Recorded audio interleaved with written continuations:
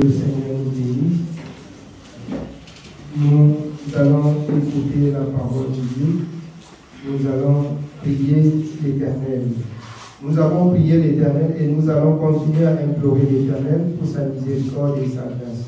Oui, la chose qui me tient à cœur, c'est que les enfants de Dieu, alors pour ce temps de la grâce, bien-aimés, souffrent encore. Oui, et pensant que leur repos ou leur bien pourra venir d'un homme. Non. La parole, jusqu'à ce matin, je nous rappelle, la parole de Dieu, bien-aimé, incarne toute la puissance de Dieu. Oui, selon la parole de Dieu dans le livre de Colossiens, il dit, Colossiens 2, vous avez tout pleinement en Jésus. Alors, je m'étonne beaucoup quand les enfants de Dieu rencontrent Dieu et qui continuent à souffrir. Soit on ne vous a pas dit la vérité, soit vous avez gardé vos pensées, comme il dit dans Ézéchiel 14, ils portent leur regard ou ils attachent leur cœur sur des choses qui les ont fait tomber dans le péché. Alors, bien-aimé, Jésus-Christ, avant l'arrivée de Jésus-Christ, bien-aimé, ce n'était pas possible de servir Dieu et être agréable à Dieu. Le processus de la loi n'était que l'attente pour accomplir sur Jésus-Christ. Je vous le dis encore bien ce matin, c'est parce que lorsque je prends le temps d'écouter chaque enfant de Dieu, beaucoup d'enfants de Dieu pensent encore ou croient encore que si un homme de Dieu efficace priait pour eux, ils auraient certainement la paix et le repos. Je rappelais ça hier et le temps était court. Je voulais vous faire savoir, bien-aimés, que la délivrance, la parole que nous portons incarne la délivrance. La parole que nous portons incarne la délivrance. La parole que nous portons, bien-aimés, si vous mettez en pratique la parole de Dieu, alors, bien-aimés, vous connaîtrez la vérité et la vérité vous affranchira. C'est ça, le sens de connaître la vérité et la vérité affranchie. Vous recevez la parole, vous gardez la parole. Vous aurez, bien-aimés, les bienfaits de la parole. C'est la raison pour laquelle l'apôtre Paul dit dans 2 Corinthiens 5, verset 17. Vous pouvez lire pour nous rapidement. 2 Corinthiens chapitre 5 au verset 17. Oui. 2 Corinthiens chapitre 7. 2 Corinthiens 5. 2 Corinthiens chapitre 5, nous lisons le verset 17. Si quelqu'un est en Christ, il est une nouvelle créature. Les choses anciennes sont passées, voici toutes choses sont devenues nouvelles. Alors, qu'est-ce que la parole voudrait enseigner au peuple de Dieu ici? Si quelqu'un est en Christ, les choses anciennes sont passées, voici toutes choses deviennent nouvelles. J'ai comme impression que les enfants de Dieu ne comprennent pas. Ils ne comprennent pas cela. Ça voulait dire, si tu as rencontré réellement Jésus, ta vie ne devient plus, ta vie ne reste plus ce qui était hier. Ta vie ne doit plus être ce qui était hier. Si tu as réellement rencontré Jésus-Christ, si réellement, avant de dire que tu l'as rencontré, si tu l'as rencontré, les choses anciennes passent. Il s'agit de la nouvelle vie dont tu dois apprendre dans la parole et te conduire. Et il s'agit des douleurs passées, des gémissements passés qui doivent entièrement s'arrêter. Qui doivent entièrement s'arrêter. Si ça ne s'arrête pas, c'est qu'au juste, tu n'as pas rencontré le vrai Dieu. Il se résume dans sa parole. Je vois beaucoup d'hommes de Dieu faire beaucoup de démonstrations. Alors que le rôle des hommes de Dieu, bien-aimés, c'est de donner des directives aux enfants de Dieu. Que les enfants de Dieu sachent que c'est Jésus. Que c'est Jésus. Quand Jésus a porté ton péché, tu deviens libre. Tu deviens libre. Ce n'est pas un homme. Ce n'est pas un homme. Quand Jésus t'a affranchi, quand il a porté ton péché, bien-aimé, souvenez-vous de ce message dans Matthieu 11, vers 8. Venez à moi, vous tous qui êtes fatigués et chargés, et je vous donnerai du repos. Il s'agit de Jésus. Lorsque vous avez rencontré Jésus, vous auriez du repos. Le repos là ne vient pas d'un homme. Le repos là vient de Dieu. Jean-Baptiste a rendu témoignage en sa personne. Dans le livre de Jean chapitre 1, à partir du verset 29. Lisez pour nous Jean 1, à partir du verset 29. Jean chapitre 1, à partir du verset 29. Jean chapitre 1, nous commençons au verset 29. Le lendemain, il vit Jésus venant à lui et il dit, voici l'agneau de Dieu qui ôte le péché du monde. Voici l'agneau de Dieu qui ôte le péché du monde. Voici l'agneau de Dieu qui ôte le péché du monde. Jean-Baptiste voit Jésus venir, il dit voici l'agneau de Dieu qui ôte le péché du monde. Il est hors de question que Jésus ait porté ton fardeau. Bien aimé, que ton fardeau a été ôté et que tu souffres encore. Ce n'est pas possible. C'est que tu n'as pas rencontré Jésus. C'est que tu n'as pas rencontré le vrai Jésus. C'est que tu as rencontré les hommes. Tu n'as pas rencontré Jésus. Tu as rencontré les hommes. Tu n'as pas rencontré Jésus. Quand tu dois rencontrer Jésus, cela va être possible. Alors, je n'invente pas. Je vous ramène dans Ésaïe 59. Avant qu'on revienne dans le livre de Jean 1. Ésaïe 59, à partir du verset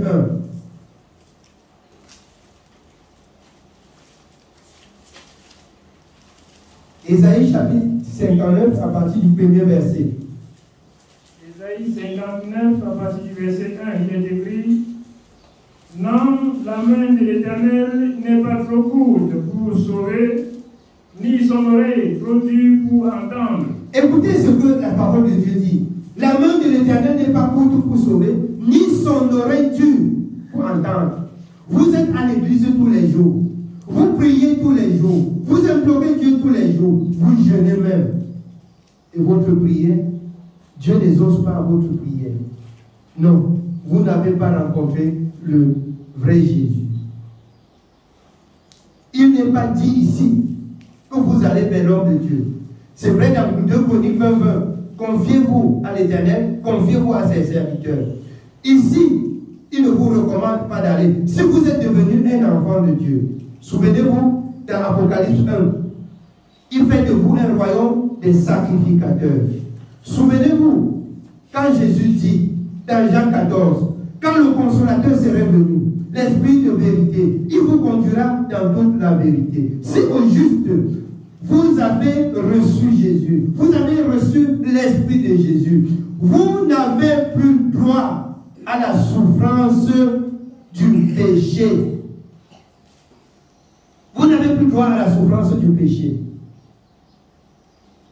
Vous pouvez avoir quelques tribulations du monde, mais pas pour le péché.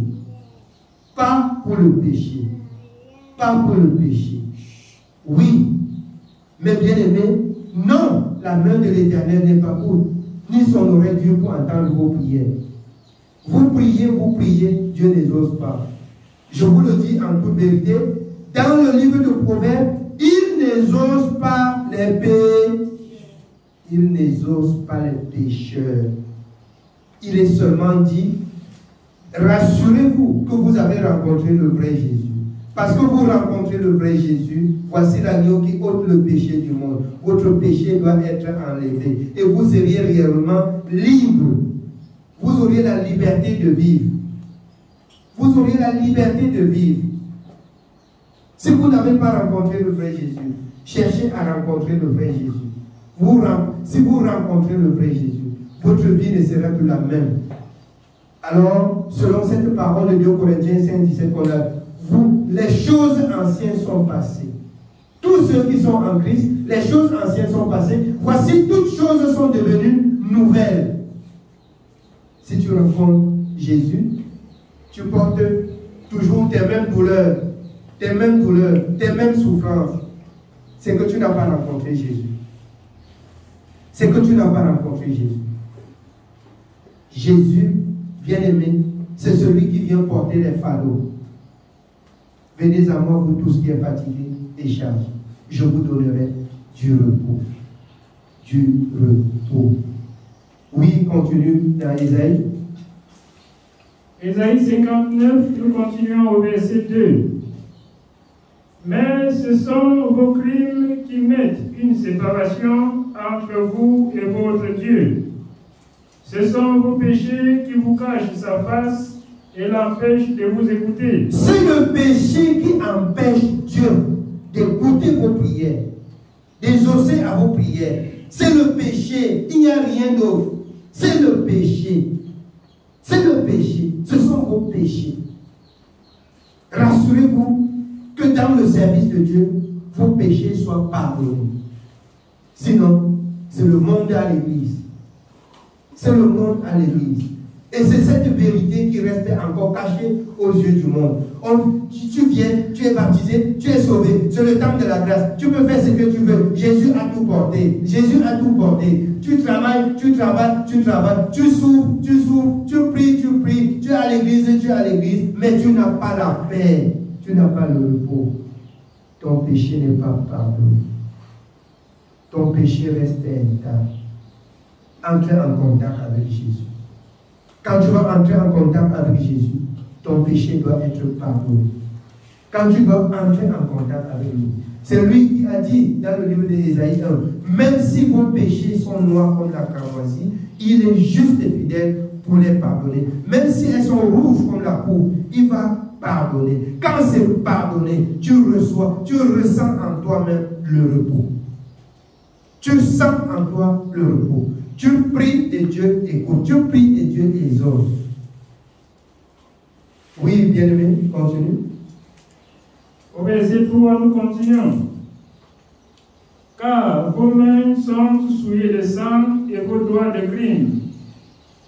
Vos lèvres profèrent le mensonge, votre langue fait entendre l'iniquité. Alors, je voudrais rappeler au peuple de Dieu. À certains moments, vous pouvez entrer même au bon endroit. Et qu'est-ce qui arrive? C'est que Dieu pardonne vos péchés, mais votre conduite ne change pas. Votre conduite ne change pas. Ça veut dire quoi? Toi qui étais menteur, tu continues à mentir. On ne peut pas mentir et rester dans la présence de Dieu. Le mensonge, le menteur, aucun menteur ne doit hériter le royaume des cieux. Toi qui jonglais, tu continues à jongler et tu prétends rester dans la présence de Dieu et dis même aux gens que tu as reçu le Saint-Esprit. Le Saint-Esprit ne vient pas fortifier le mensonge. Le Saint-Esprit ne vient pas conduire dans les faussetés. Le Saint-Esprit vient changer une vie. Le Saint-Esprit vient donner une nouvelle façon de vivre. Le Saint-Esprit vient donner une nouvelle façon de vivre. C'est pour ça qu'il parle des choses anciennes qui sont passées et toutes choses deviennent nouvelles dans ta vie. Oui.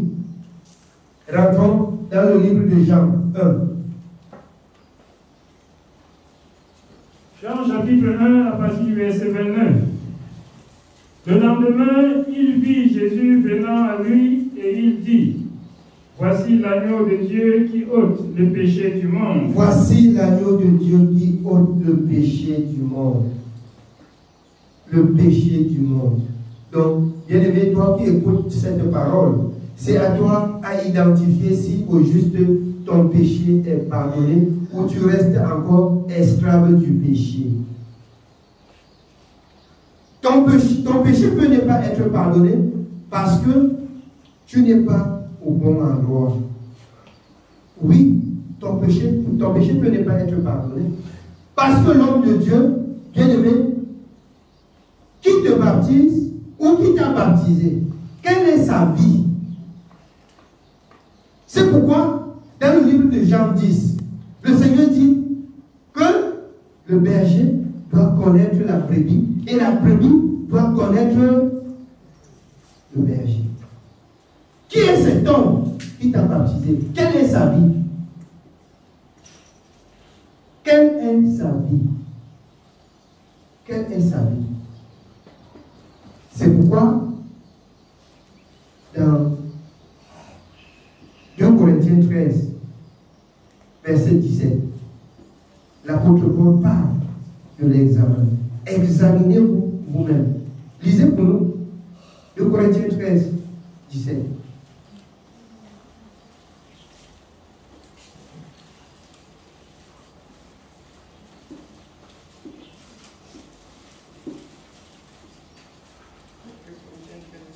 Cinq,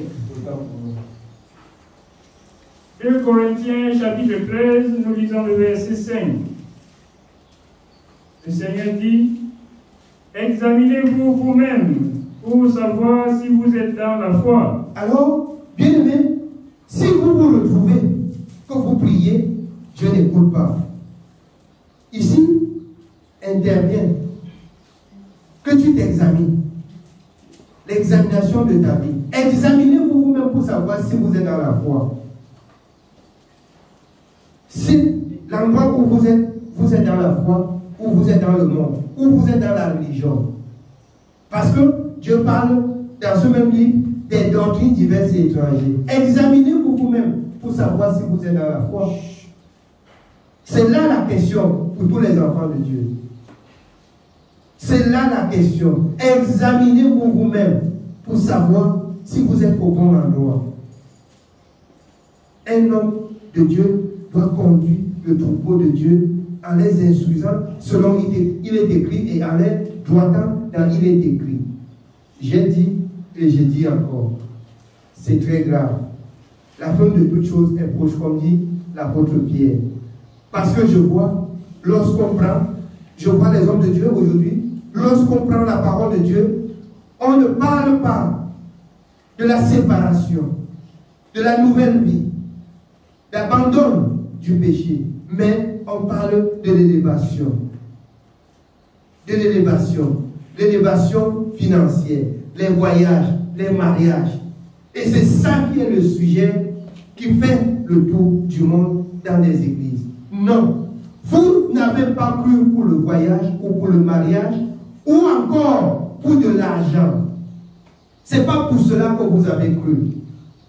Vous avez cru pour la vie éternelle. Et ce qui est caché dans la vie éternelle, c'est la parole. La parole, bien aimé, c'est en mettant en pratique la parole que vous auriez la vie éternelle. Et la parole est l'incarnation de toutes les promesses de Dieu. Ce ne sont pas les hommes. La parole incarne toutes les promesses de Dieu. Si vous mettez en pratique la parole de Dieu, laissez que, bien aimé, il faut toujours qu'on aille prier pour moi. Mettez en pratique, comme l'apôtre Jacques le dit, ne vous bornez pas à l'écouter seulement, mais mettez en pratique la parole. Et la parole, bien aimé, doit faire son effet. Elle doit manifester son effet dans votre vie. Elle doit impacter votre vie et vous rendre. Dieu n'est pas un homme pour mentir, ni le Fils de l'homme pour se repentir de ce qu'il a dit. Il a fait des promesses et c'est uniquement pour ceux-là qui mettent en pratique sa parole. Donc, jusqu'à ce matin, si tu ne mets pas en pratique la parole de Dieu, bien aimé, commence à réfléchir pour ta vie. Dans l'Apocalypse, heureux celui qui lit, heureux celui qui entend les paroles de la prophétie, qui garde les choses qui y sont écrites. Il faut commencer à méditer sur ton sort. Vois si tu mets la parole de Dieu en pratique. Si ce n'est pas le cas, commence dès ce matin à chercher à mettre en pratique ce qui est écrit dans le livre de vie. Oui, mes bien-aimés, je nous ramène dans Ésaïe 53, où Dieu a fait des promesses en Jésus-Christ, qui, par la voix du prophète Ésaïe, qui n'était pas encore de chair dans le monde. Dieu a fait des promesses là, dans Ésaïe 53. Vous pouvez lire à partir du premier verset. Ésaïe 53, nous commençons au verset 1. Il est écrit, qui a cru à ce qui nous était annoncé, qui a reconnu le bras de l'Éternel. Il s'est élevé devant lui comme une faible plante, comme un végétant qui sort d'une terre desséchée. Il n'avait ni beauté ni éclat pour attirer le regard. Bien-aimé, prière de recommencer. Nous recommençons au verset 1. Qui a cru à ce qui nous était annoncé? Alors, écoutez bien. Qui a cru à ce qui nous a été annoncé? Qui a cru? Qu'est-ce qui nous a été annoncé? Si on peut rentrer dans le livre d'Ésaïe 9. Qui a cru à ce qui nous a été annoncé?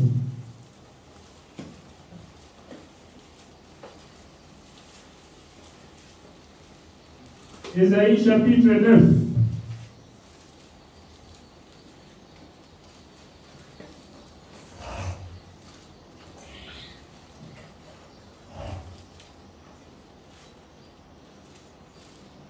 Oui, bien aimé.